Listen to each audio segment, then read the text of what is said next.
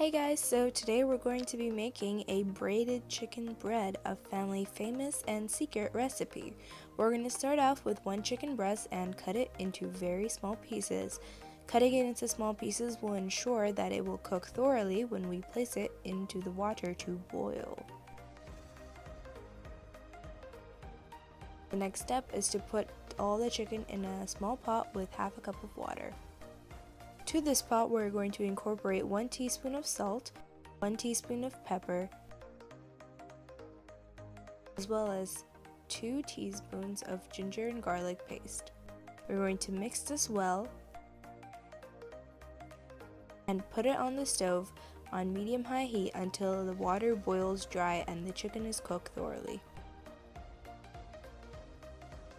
So while the chicken cooks, we're going to finely dice 1.5 red onions,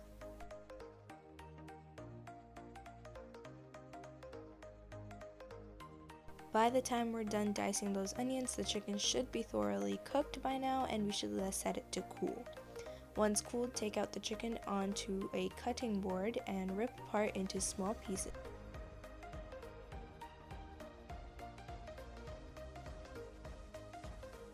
Once all the chicken has been ripped into smaller pieces, grab 2 forks and thoroughly shred the chicken. Now to a non-stick cooking pan, add canola oil so that it covers the base of the pan. We're going to add all of our diced onions and turn the heat on high. Cook the onions on high until they start to look a little bit transparent. The onions should look something like this, and now is the time to remove from the heat.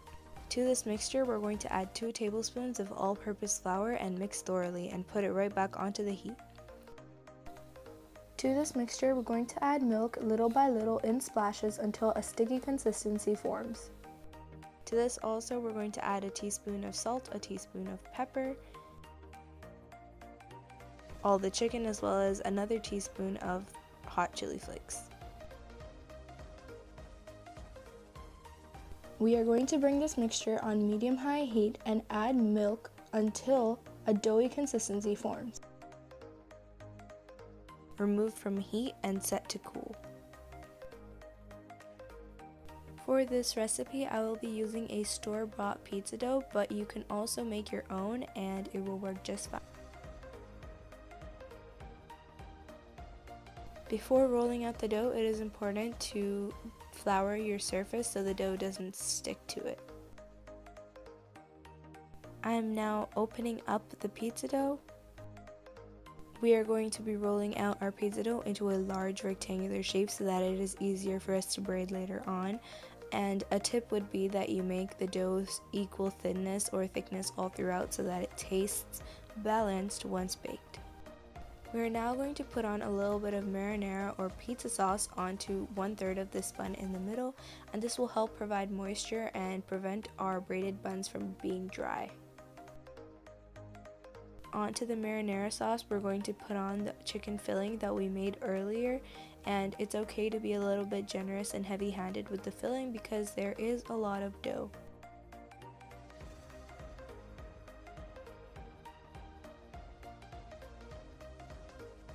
Using the pizza cutter, we are going to create little slices into the dough on either side of our filling so that we can braid the dough later on. Make sure to leave a little bit on top and underneath the filling because that is going to keep the filling intact. Now, alternating sides, we're going to take the little strips we made earlier and cross them over each other to create a beautiful braided design.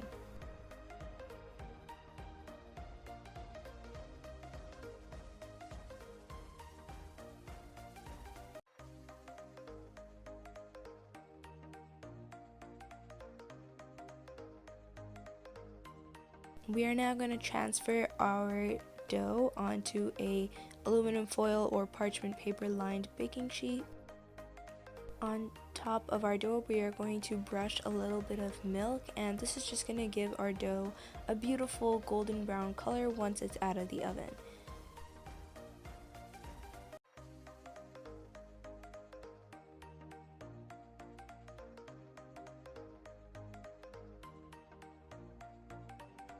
Optionally, you can add sesame seeds on top just so that it looks really nice and adds to the texture.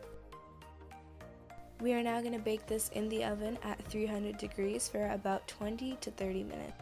You will know that the bread is ready once it is a beautiful golden brown color.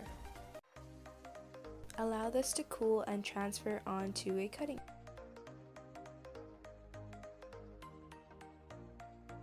In order to preserve the softness of the bread, I'm going to add a little bit of oil and brush it all over the bread.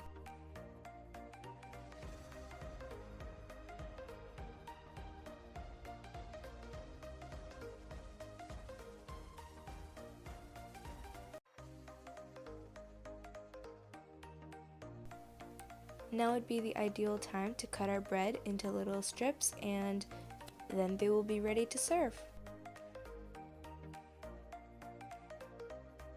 These can last in the refrigerator for up to a week, but you don't need to worry, they'll finish fast. Thank you so much for watching, and I hope you enjoyed.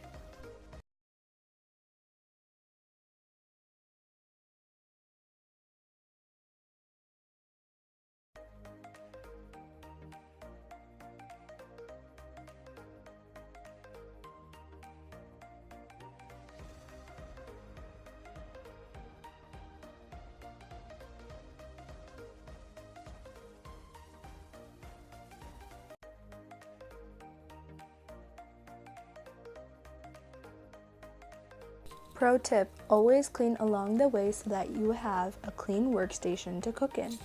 Along with enjoying your delicious new snack, make sure to wipe down the slabs and wash the dishes.